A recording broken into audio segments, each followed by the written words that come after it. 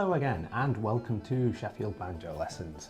Today I have got a bit of a servicing on an old banjo.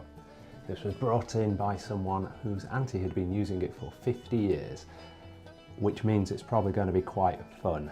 So some of the parts on here look like they've not been looked at in 50 years. Let's see how it goes. So the main thing I'm going to be doing with this today is giving it a clean down, replacing some of these interesting parts, and then seeing if we can kind of bring it a bit back to playable. The parts we'll be putting on today will be a no knot tailpiece,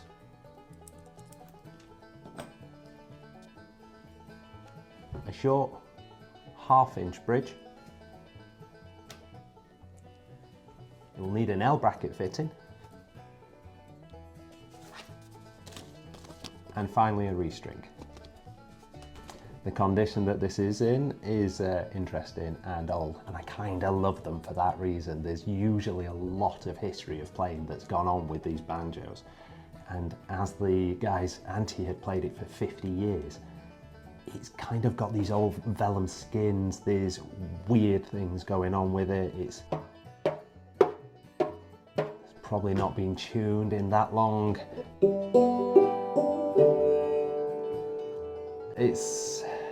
It's waiting to be looked at. Okay, so far I've just taken the strap off from around this, and as I mentioned before, I love these old banjos. They tend to be just parts that people picked up over time or made in a garage, and that means that people just paid more attention to the instrument and learned how to play them.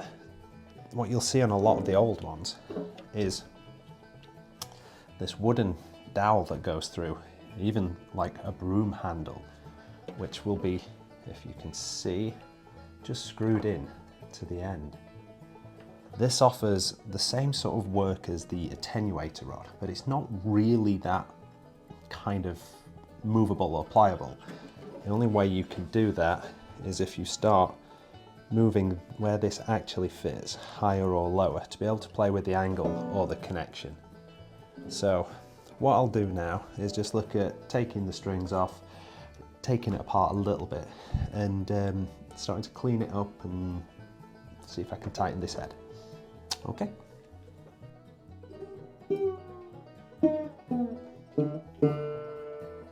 So I'm loosening the tension on the strings on this just so things don't go flying.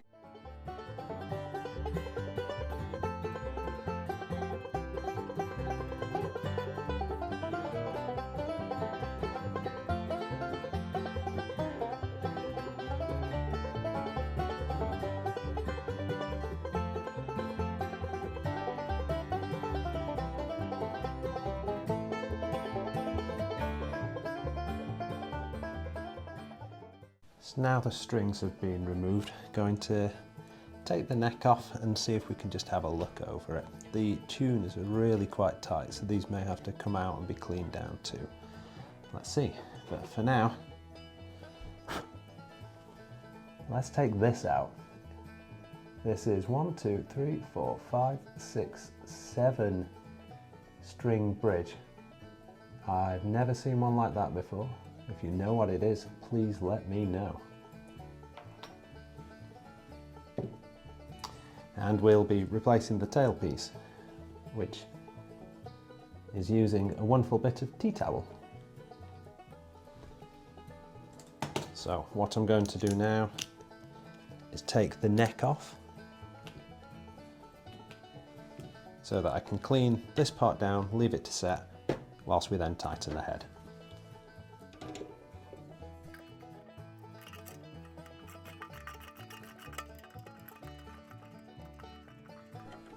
Now, an interesting part now is, as I said earlier, this has a wooden dowel that runs through.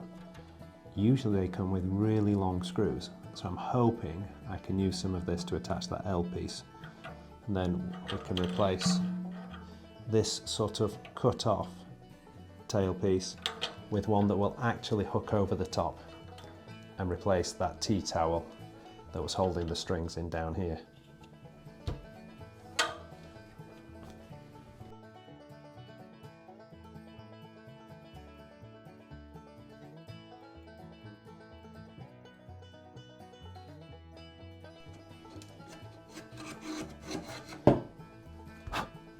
There we go. Now I have the banjo head and the banjo neck. I'm going to set this aside. We're going to give this a quick clean down so that this can be drying out whilst we work on this.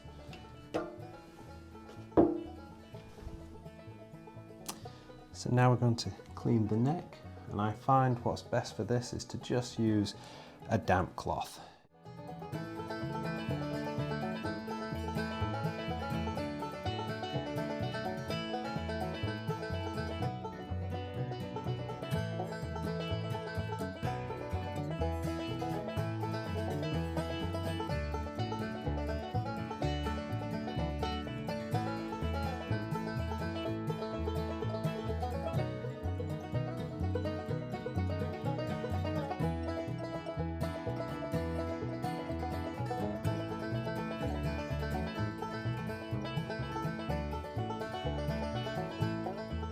So whilst I'm here, I'm just going to check the slot for the G string.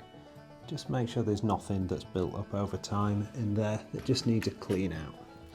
So just use the thinnest little screwdriver I have, just check.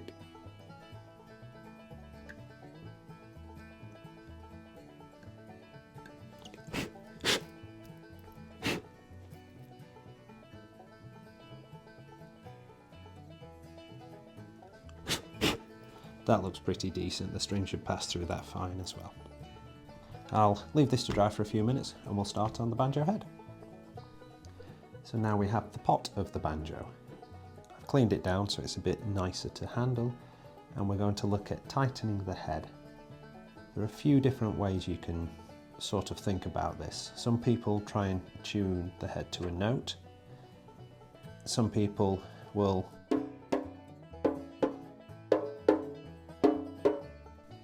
tune it by ear and just listen for that low thunk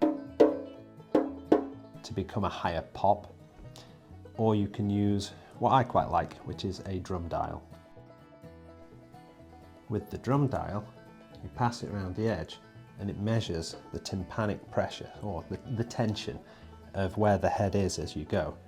And you get a numerical readout, which I find a little bit easier rather than just going by ear. So with the drum dial, you set it up. It has a little marker for where the rim is. You pass it round and it will have the display. On the display, it will measure the pressure, the tension that the head's at. On a regular banjo, I set them up around 90. On this one, it's an old sort of vellum head with a slight tear, so I'll be a little more cautious on this one, but it's measuring somewhere between 60 and 70. So regardless, we want to bring it up. Okay.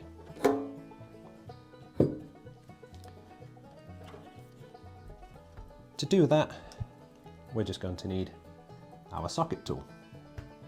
So I'll go round by hand and make sure I tighten it as far as it feels sort of even pressure to the hand. You want to do this bit by bit. You don't want to give it big cranks as well. You want to just take your time with this.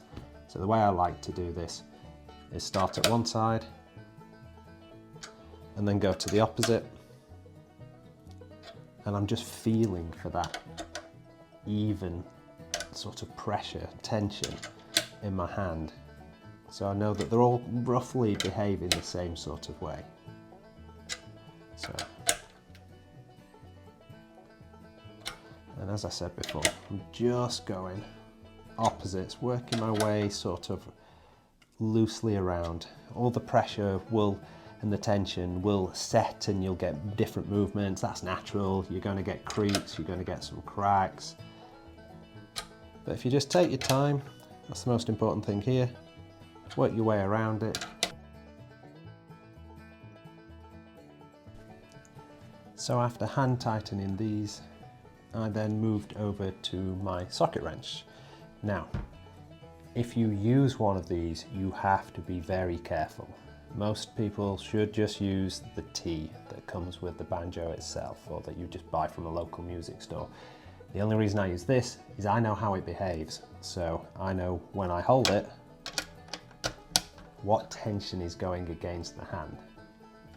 And that's why I use this one. But be very careful, because what you don't want to be doing is putting it down and cranking it through. You're going to put too much tension through all at once, and then potentially just start sending the banjo out of whack, pulling things where you don't want, and then maybe even cracking the head. So what I've done is I've tensioned all of these up with this, and just now at the point where I can hand feel, make sure they all feel even.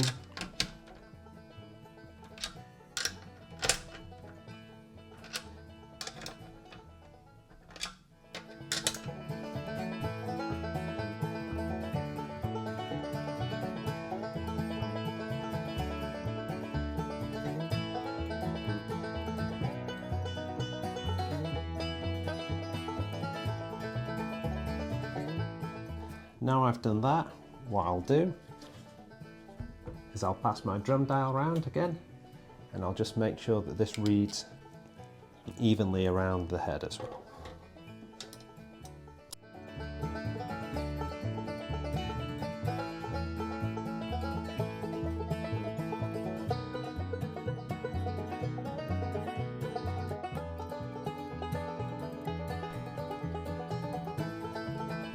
Okay, that's good for me. So I'm going to set the pot to one side, and we're going to just condition the fretboard on the neck. So now we've got the neck again, and we're going to just condition this fretboard, putting basically a bit of sort of moisture back into the wood itself. See if we can bring it up a little bit nicer than that, make it a little bit healthier so it's less likely to crack in the future. So now we have the neck where we want it. Going to do a pass over the fretboard again. I've done this once and I used some Gibson fretboard conditioner. Always use this, so I stick with that. And I'm just going to put a small amount into a microfiber cloth, and I'm going to give it another rub and moisturise through the neck. Through the fretboard, sorry. It's surprising how such a small amount goes such a long way, and what a difference this makes as well. Especially when you can use it just to buff up that little bit of metal as well.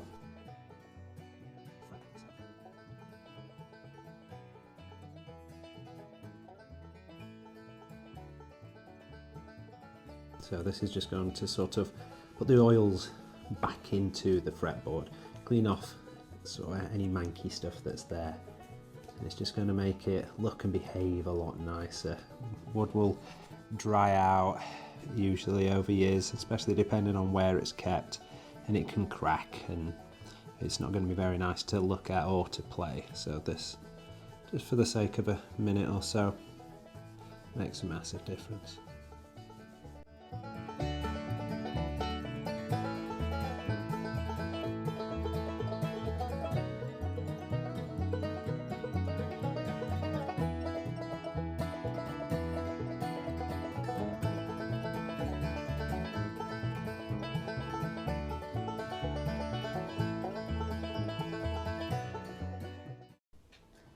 So what I'm going to do next is, with the short amount of time I have, I'm going to take out each of the tuners, and as they're a bit stiff, just give them a quick brush down and lubrication just to make sure that everything moves a little bit better.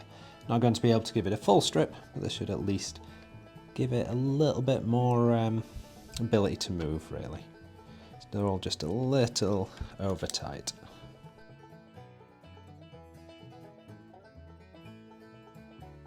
An important thing here is, if you're taking tuners off, make sure that you keep everything paired up as it was, especially if these are going to be somewhere around 40-50 years old. They may have sort of seized into their own positions.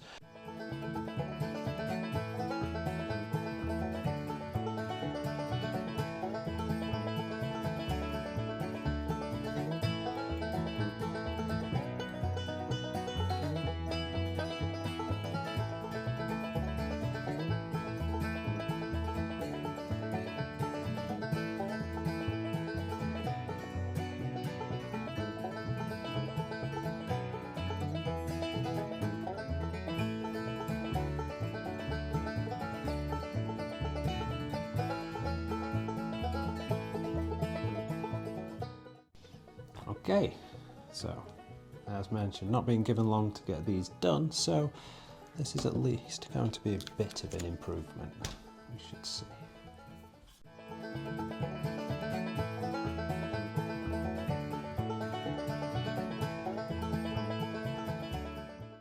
So I'm not going to over tighten these either. I'm going to just get them on with grip. But I don't want it so that they're impossible to move.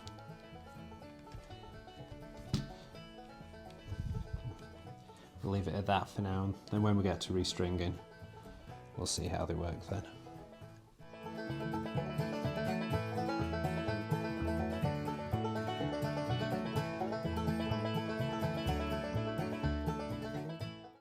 Right, we'll leave those for now, and we'll see about putting the banjo back together. This next part is going to be taking the neck that we've worked on and the pot that we've worked on, fitting it back together and installing a new tailpiece. This tailpiece should be in keeping with the style of the banjo. And the original one that we had was this old guy that's been cut across the top and some tea towels being used. So it should serve us a lot nicer than that. To do that, we'll install a little L bracket to hold it, and so we can keep using the original screw for the wooden dowel. We'll just add a washer on as well to hold everything in place.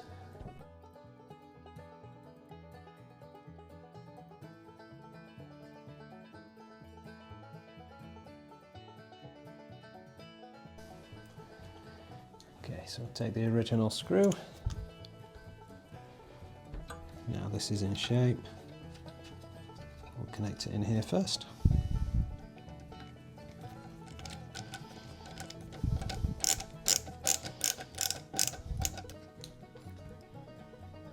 So we're going to have the L bracket, which is going to allow us to attach our new tailpiece.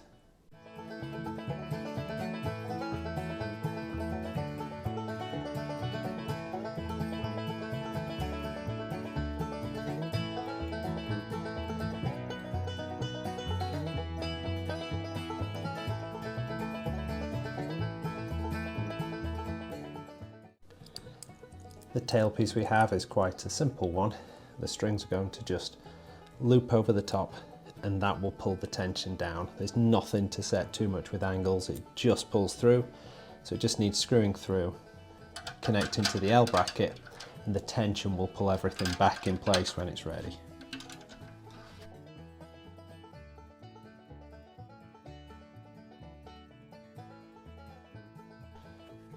Next job will be then popping the new strings on, bringing it up to tune, and installing the new low profile bridge that we have. So I feel like this is going to be the fun part. Let's pop the neck up. We're going to need the bridge, but not for now, and the tuner. We're going to need these set of strings. So when I separate the strings out, I'll always generally look for that middle G, which is a 13 gauge on this, and then it's just holding any tension from the sort of central point of the banjo. So be careful not to kink your strings as well when you take them out.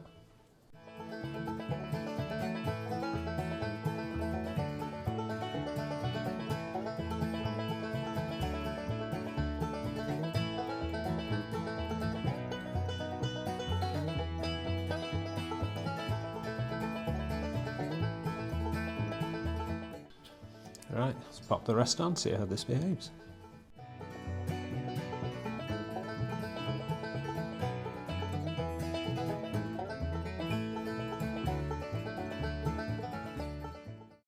Okay, now we have the bridge in place and the strings on.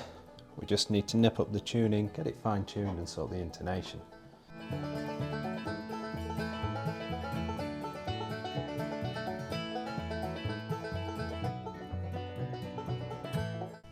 So I've got the banjo back up to tune.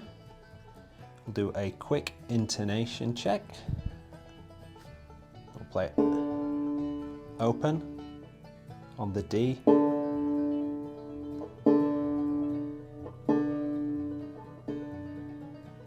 and then on the 12th,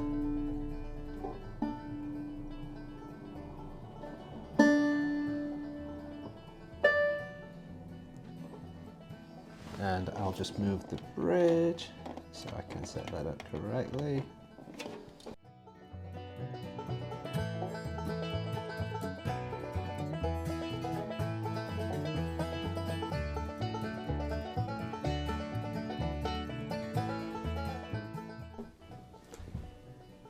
So now this banjo is finished. Thank you for watching and happy picking.